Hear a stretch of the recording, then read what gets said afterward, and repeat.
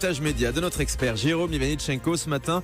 Le débat que France 2 veut organiser le 20 avril entre les 11 candidats à l'élection présidentielle a du plomb dans l'aile, on le disait, puisqu'hier Jean-Luc Mélenchon a annoncé qu'il n'y participerait pas. Oui, dans un long message posté sur son blog, il annonce qu'il ne répondrait pas présent au rendez-vous fixé par France 2 le 20 avril prochain.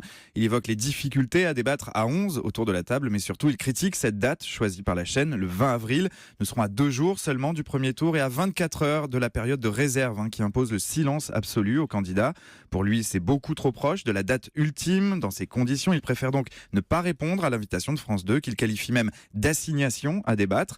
Il en profite au passage pour tirer à balles réelles sur les méthodes de la chaîne dans cette campagne, sur l'émission politique qu'il juge odieuse, dans laquelle il voit un traquenard, un spectacle qui met en scène la mise à mort des invités. Sans doute une allusion au clash entre François Fillon et Christine Angot. Il refuse de devenir de la chair à buzz en filigrane. Ce qui semble inquiéter le candidat de la France Insoumise, c'est de perdre la main sur la fin de sa campagne. Un timing beaucoup trop serré pour répliquer à une quelconque mise en cause. Et un deuxième candidat a mis lui aussi sa participation dans la balance. Oui, il s'agit d'Emmanuel Macron. Hier, lors d'une conférence de presse, le leader du mouvement En Marche a émis de sérieux doutes sur sa venue sur le plateau de France 2. Il est d'autant plus hésitant qu'une première confrontation télévisée avec l'ensemble des candidats est prévue. Elle se tiendra le 4 avril sur les antennes des chaînes Info, BFM TV et CNews.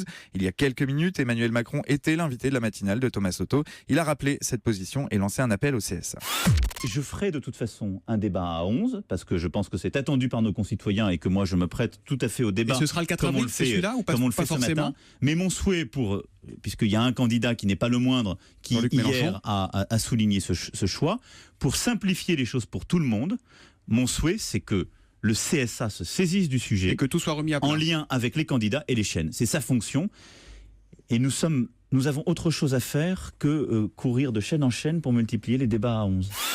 Alors cet appel, le CSA l'a entendu. En urgence, il a inscrit la requête d'Emmanuel Macron à l'ordre du jour de son assemblée plénière qui débutera dans quelques minutes. Il devrait rendre un avis dans le courant de la journée. Alors la question qu'on se pose ce matin, France 2 peut-elle maintenir son débat dans ces conditions ? Écoutez, elle en a bien l'intention en tout cas. Elle l'a rappelé dans un communiqué adressé hier à l'AFP. Pour elle, pas question de céder aux diktats des politiques. Dans les couloirs de la chaîne, on considère ces défections comme un refus d'obstacle et elle compte bien sur le CSA pour la conforter dans son choix. Bien sûr, à la date qui nous intéresse, le 20 avril, les chaînes sont tenues de respecter une égalité parfaite des temps de parole. Pas question pour France 2 de remettre en cause ce principe. Une chaîne publique ne pourrait pas jouer ce jeu. En revanche, elle estime qu'elle n'est pas responsable des caprices des uns et des autres. D'autant que cette date du 20 avril a été annoncée depuis plusieurs semaines et que personne dans les entourages des candidats n'a demandé formellement de changer la date. Chez France 2, on voit la prise de position de Jean-Luc Mélenchon comme une vendetta personnelle. On perçoit la reculade d'Emmanuel Macron comme une manœuvre opportuniste.